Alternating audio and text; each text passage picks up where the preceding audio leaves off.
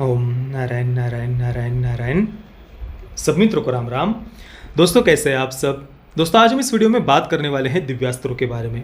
हमारी संस्कृति दिव्यास्त्रों के बारे में क्या कहती है, दिव्यास्त्रों को कंट्रोल करने के लिए हम में कौन सी योग्यता होनी चाहिए, इस बारे में हमारी संस्कृति क्या कहती है, और इसके अपोजिट ब्रह्मास्त्र में कैसे इससे एग्जैक्टली अपोजिट बातें हमें देखने को मिलती है, इस विषय पर हम चर्चा करने वाले हैं। मतलब हमारे कल्चर में दिव्यास्त्रों के बारे में या दिव्यास्त्रों को कंट्रोल करने के लिए जो बातें कही गई है उससे एग्जैक्टली अपोजिट बातें मुझे कम से कम ब्रह्मास्त्र फिल्म में देखने को मिली। तो इसी विषय पर हम चर्चा करने वाले हैं। प्लीज़ आप ये वीडियो आखिर तक पूरा ज़रूर देखना।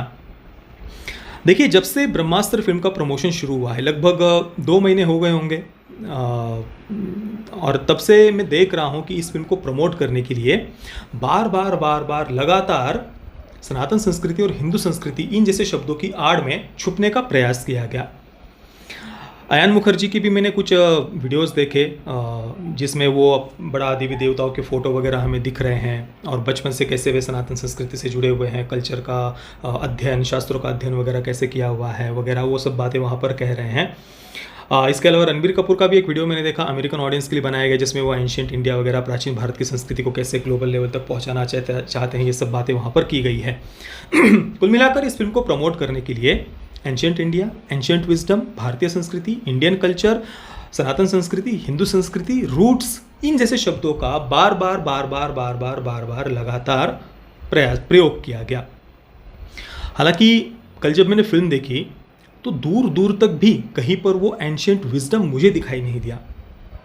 हमारी संस्कृति जो बातें कहती है, हमारे संस्कृति के जो मूल सिद्धांत है, जो प्रभु श्री रामचंद्र जी ने, भगवान श्री कृष्ण ने बताए हैं, या हमारे संस्कृति के अलग अलग जो शास्त्र है, ग्रंथ है, उनके जो मूल सिद्धांत हैं वो मुझे दूर दूर तक भी इस फिल्म में कहीं पर नहीं दिखाई दिए। वो छोड़िए, उससे एग्जैक्टली अपोजिट बातें मुझे इस फिल्म में दिखाई दी।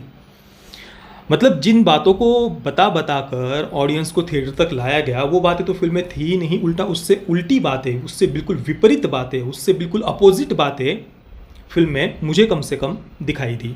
मतलब जो मैं समझा फिल्म देखकर, उसके अनुसार मैं आपको बता रहा हूँ। हाँ, हमारे कल्चर को दिखाने के नाम पर फिल्म की शुरुआत में बस एक दशहरे का उत्सव मेला दिखाया गया है, उसके बाद में माँ काली के मंदिर का एक सीन है और काशी विश्वनाथ मंदिर का एक सीन है।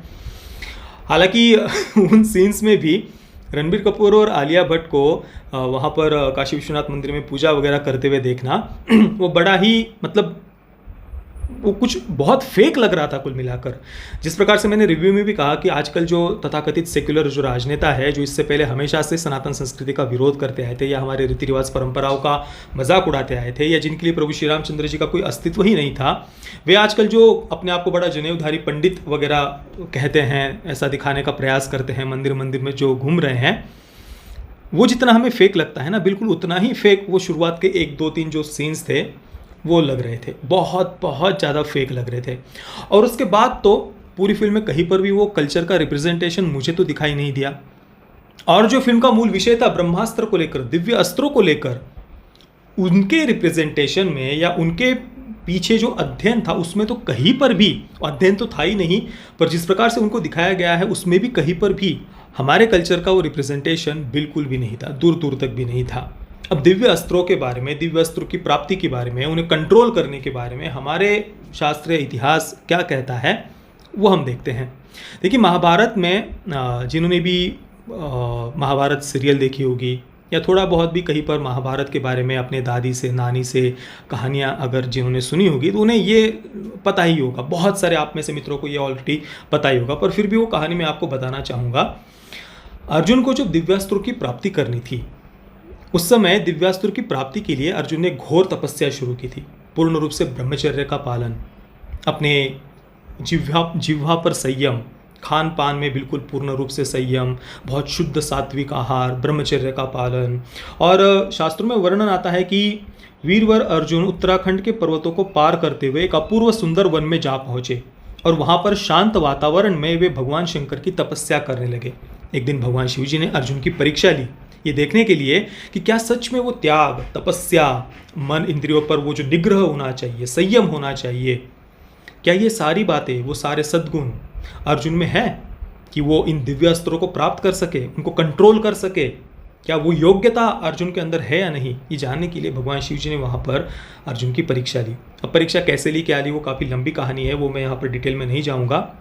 आप गूगल पर जाकर बस अर्जुन दिव्यास्त्र प्राप्ति इतना अगर आप गूगल पर लिखेंगे तो कई सारे आर्टिकल्स मिल जाएंगे, पूरी की पूरी कहानी आप वहाँ पर देख सकते हैं। कुल मिलाकर भगवान शिव जी ने पहले अर्जुन की परीक्षा ली और उसके बाद में अर्जुन पर प्रसन्न होकर उन्होंने पशुपत्यास्त्र अर्जुन को दिया। इसके बाद अर्जुन वहीं पर नहीं रुके, फिर देवताओं से जो यक्ष गंधर्व किन्नर और देवता है उनके जो अलग अलग अस्त्र है वो अर्जुन प्राप्त करने के लिए या उनकी विद्या को सीखने के लिए अर्जुन स्वर्ग में इंद्र के साथ गए। और वहाँ जाने के बाद में काफ़ी लंबे समय तक उन्होंने उन अस्त्रों का, दिव्यास्त्रों का, वहाँ पर उनकी विद्या प्राप्त करने के लिए कठिन तपस्या की, अपने मन और बुद्धि पर, इंद्रियों पर संयम रखते हुए, ब्रह्मचर्य का पालन करते हुए वो अस्त्रों की विद्या अर्जुन ने वहाँ पर प्राप्त की। एक दिन इंद्र ने अर्जुन से कहा कि तुम दिव्यास्त्रों की विद्या तो प्राप्त कर ही रहे हो, उसके साथ तुम थोड़ा नृत्य कला भी सीख लो चित्रसेन से। फिर अर्जुन ने नृत्य कला भी वहाँ पर सीखी। तो नृत्य कला सीखते हुए एक दिन उर्वशी ने अर्जुन को देखा और देखते ही उर्वशी के मन में काम वासना जग गई और वो अर्जुन को हर प्रकार से गिराने का, उसके लक्ष्य से विचलित करने का प्रयास करने लगी, जिसे आजकल की भाषा में हम सिड्यूस करना कह सकते हैं। तो उर्वशी ने काफ़ी प्रयास किया पर अर्जुन अपने लक्ष्य पर डटे रहे, उससे वे विचलित नहीं हुए। उल्टा अर्जुन ने उर्वशी को अपनी माँ कहकर संबोधित किया। इन सब बातों से उर्वशी बहुत ज़्यादा क्रोधित हो गई, अर्जुन को श्राप दे दिया कि तुम ये जो नपुंसकों की तरह बात कर रहे हो ना, जाओ 1 वर्ष के लिए तुम्हारा पुरुषत्व तुमसे छीन लिया जाएगा, तुम नपुंसक होकर जियोगे 1 वर्ष के लिए। इसके बाद भी देखिए अर्जुन क्रोधित नहीं हुए, अपने मन पर, अपने इंद्रियों पर, अपने विचारों पर वो संयम था, वो नियंत्रण था। काम, क्रोध, लोभ, मोह, मद, मत्सर में वो गिरे हुए नहीं थे, इन पर उनका संयम था, कंट्रोल था।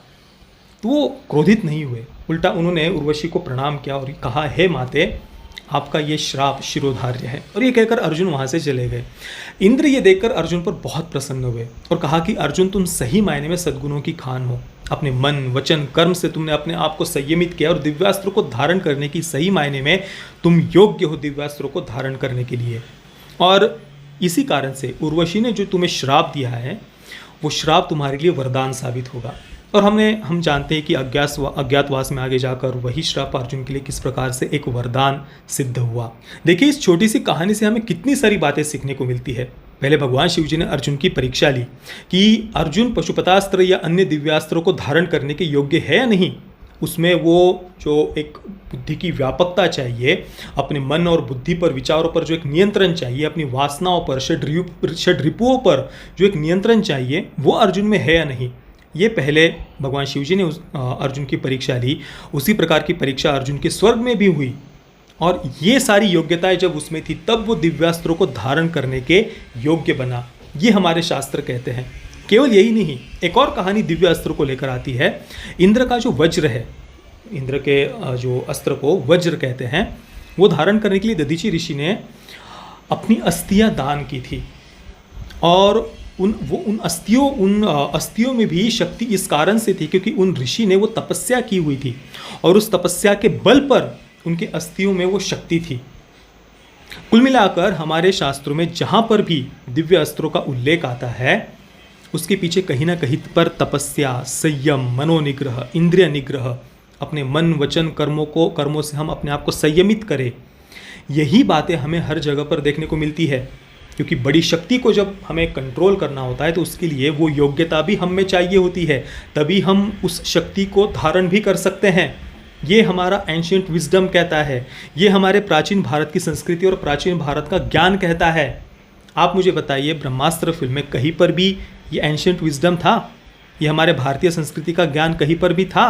नहीं, उल्टा इसके अपोजिट, इसके उल्टा फिल्म का जो हीरो है वो कामवासना पर, अपनी इंद्रियों पर नियंत्रण करना छोड़िए, वो तो 2 टके के सड़क छाप लफंडरों की तरह लड़की के पीछे घूम रहा है इधर उधर। हाँ, उसके पीछे पागल है वो पूरी फिल्म में। दुनिया नष्ट हो रही है उसके सामने, उससे उसको कोई मतलब नहीं, उसको तो अपनी गर्लफ्रेंड के पीछे भागना है। हाँ उसको उसके बचाने की पड़ी हुई है। दुनिया खतरे में है, इतना बड़ा संकट आया हुआ है और वो अपने गर्लफ्रेंड के साथ डांस कर रहा है, गाने गा रहा है।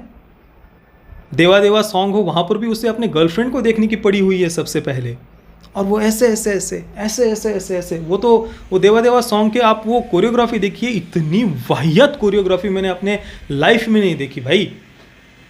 और वो अस्त्रों की वो अग्नेयास्त्र भी शब्द वो ढंग से उपयोग नहीं कर पाए, अग्नि अस्त्र कहा है। वो कैसे उसके अंदर जागृत होता है? प्रेम की ताकत से, प्रेम की शक्ति से। प्रेम ही सबसे बड़ी ताकत है, प्रेम से बड़ा कुछ नहीं है। यही सारी बातें फिल्म में हमें सुनने को मिलती है। कुल मिलाकर हमारे एंशंट विजडम से एग्जैक्टली अपोजिट बातें इसमें हमें देखने को मिलती है। उल्टा जिस कंसेप्ट पर पहले ये फिल्म बन रही थी, जलालुद्दीन मोहम्मद रूमी जो इस्लामिक लिटरेचर के राइटर है, उनकी जो एक लाइन हमें काफ़ी सुनने को मिलती है कि love is bridge between you and everything, तो उसी लाइन को आधार बनाकर ये फिल्म बनने वाली थी। और मेरे अनुसार तो वही आधार अभी भी इस फिल्म का देखने को मिल रहा है। प्रेम को सर्वोपरि उन्होंने रख दिया, बाकी ब्रह्मास्त्र वगैरह तो सब फालतू बातें हैं, उनका तो जैसे कोई महत्व ही नहीं है। प्रेमास्त्र सबसे बड़ा है। एंडिंग में भी ब्रह्मास्त्र को कंट्रोल करने के लिए प्रेम की ताकत का उपयोग, शिवा या रणबीर कपूर का जो कैरेक्टर है वो प्रेम की ताकत का उपयोग करता है और वो ब्रह्मास्त्र को भी कंट्रोल कर लेता है। यानी आपने तो सारे दिव्य अस्त्रों का मजाक बनाकर रख दिया। आपको प्रेम को ही सबसे ऊपर दिखाना था। तो यहाँ पर सनातन संस्कृति का अपमान हुआ है या उसका गौरव हुआ है? जिस गौरव की बातें बोल बोल कर आप ऑडियंस को, बच्चों को, छोटे छोटे उनको कह रहे हैं कि उनके पेरेंट्स को आप जैसे आप बता रहे हैं कि भाई ये फिल्म आपको अपने रूट्स की तरफ लेकर के जाएगी, ये फिल्म रूट्स की तरफ नहीं लेकर के जा रही। ये फिल्म उल्टा हमें हमारे रूट्स से तोड़ रही है। बच्चों को उनकी युवावस्था में, उनकी बाल्यावस्था में इंद्रियों पर संयम करना, ये सीख देने उनके लिए आवश्यक होती है, ताकि उनका जो जीवन का जो बेस है ना वो मजबूत हो, वो स्ट्रांग हो, पिलर्स स्ट्रांग हो, तभी इमारत ऊपर की वो मजबूत रहेगी, स्ट्रांग रहेगी। पर आप तो उनके बचपन में ही उनको सड़क छाप 2 टके के लफंडरों की तरह इधर उधर लड़कियों के पीछे भागना सिखा रहे हो, और ऊपर से ये भी उनके दिमाग में डाल रहे हो कि भाई प्रेम सबसे बड़ी ताकत है। तो वो रूट्स की तरफ तो कहीं पर ये फिल्म ले जा रही है, ऐसा मुझे तो नहीं लगा। उल्टा रूट्स से तोड़ने का काम ये फिल्म बहुत अच्छे से कर रही है, और वो भी बिना किसी स्टोरी और बिना किसी स्क्रीन प्ले के, एंगेजिंग स्क्रीन प्ले के। और इन सब बातों के अलावा भी जिस पात्र को गुरु कहा गया है उसके शरीर पर तक हमारे कल्चर से जुड़े हुए कोई सिंबल्स, कोई प्रतीक, कोई चिन्ह, कोई वेशभूषा हमें देखने को नहीं मिलती। देखिए, ये बात सही है कि हमारी संस्कृति किसी भी व्यक्ति को कहीं पर बांधती नहीं है कि भाई आपको चोटी रखनी ही चाहिए या नहीं रखनी चाहिए, या आपको मुंडन करना चाहिए या बाल बढ़ाने चाहिए, आपको दाढ़ी काट देनी चाहिए या दाढ़ी बढ़ानी चाहिए, आपको भगवा वस्त्र पहनने चाहिए, आपको सफ़ेद वस्त्र पहनने चाहिए। हमारी संस्कृति कहीं पर भी हमें बांधती नहीं है, क्योंकि हमारी संस्कृति हमें शरीर से ऊपर उठना सिखाती है कि भाई ये शरीर हम नहीं है, हम तो अमर आत्मा है। वो परब्रह्म परमात्मा और आत्मा हम एक ही है, जीव ही शिव है। अयम आत्मा ब्रह्म, प्रज्ञानम ब्रह्म, तत्वमसि, अहम ब्रह्मास्मि, ये हमारे 4 वेदों के 4 महावाक्य है जो हमें ये बताते हैं कि ये शरीर हम नहीं है, वो अमर आत्म तत्व हम है, वो चैतन्य तत्व हम है, वो सच्चित आनंद स्वरूप परब्रह्म तत्व वो हम है, ये शरीर हम नहीं है। इसलिए हमारी संस्कृति हमें कहीं पर शरीर से बांधती नहीं है। पर जब बात आती है कल्चरल रिप्रेजेंटेशन की, तब ये सिंबल्स मायने रखते हैं। आप ग्लोबल लेवल तक हमारे संस्कृति को लेकर जाने की बातें करते हैं, और उल्टा फिल्म में आप हमारे संस्कृति के, हमारे एंशिएंट विजडम के, हमारे प्राचीन भारत के ज्ञान के एग्जैक्टली अपोजिट बातें आप वहाँ पर दिखाते हैं।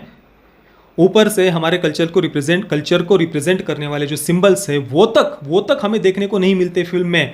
जिस कैरेक्टर को आप गुरु कह रहे हैं उसके शरीर पर तक वो सिंबल्स हमें देखने को नहीं मिलते हैं, तब वो बातें मायने रखती है। ऐसा नहीं कि आप बिल्कुल भोग वासना में डूब गए कि भाई चलो ये शरीर हम नहीं है, फिर जो करे सो कुछ भी कर लो, कुछ भी खा लो, खाओ पियो मौज करो, किसने देखी है। ऐसा नहीं होता।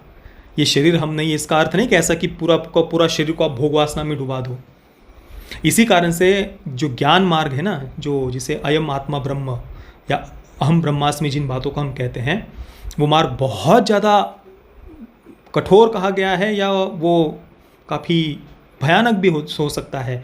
क्योंकि कई बार कई लोग, मैं शरीर नहीं हूँ तो भाई भी मैं जो खा रहा है वो तो शरीर है, मैं थोड़ी ना खा रहा हूँ। फिर खाओ कुछ भी, पियो कुछ भी, करो कुछ भी, वो फिर राक्षसी मार्ग पर चला जाएगा, आसुरी मार्ग पर चला जाएगा। तो जब आप अपने मन इंद्रियों पर पूर्ण रूप से संयमित करते हुए जब आप उस ज्ञान में स्थित होते हैं ना, फिर आप अंदर से समझते हैं कि भाई वो परब्रह्म परमात्मा आत्म तत्व वो मैं हूँ। पर आपको फिर बाहर की संसारिक आकर्षण भोग वासना की वो इच्छा भी नहीं रहेगी। और आप मन को, इंद्रियों को अपने कंट्रोल में रखना उस समय आप जानेंगे, उसका महत्व आप समझेंगे। भले ही शरीर में नहीं हो, पर उनको अपने कंट्रोल में कैसे रखना है, ये ज्ञान भी उस समय होता है। और जब कल्चरल रिप्रेजेंटेशन की बात आती है, आप ग्लोबल लेवल तक भारत को ले जाने की बातें करते हैं, तब वो वेशभूषा, हमारे कल्चर के जो सिंबल्स हैं वो मायने रखते हैं, जो कि नहीं देखने को मिल रहे थे। गुरु शिष्य परंपरा का भी मजाक बनाकर रख दिया है फिल्म में। जो 5 पांडव, अमिताभ बच्चन के कैरेक्टर के जो 5 शिष्य दिखाए गए हैं, शिष्य शब्द तो उपयोग नहीं किया, उसमें से एक जो तंजीरो, जो एक नॉर्थ ईस्ट का कैरेक्टर है, वो बच्चा था, वो बहुत प्यारा था, उसे मैं कुछ नहीं कहूँगा। पर बाकी के बच्चे तो कोई स्पॉइल्ड ब्रैट्स लग रहे थे, जो इधर उधर ऐसे कूद फांद मचा रहे थे।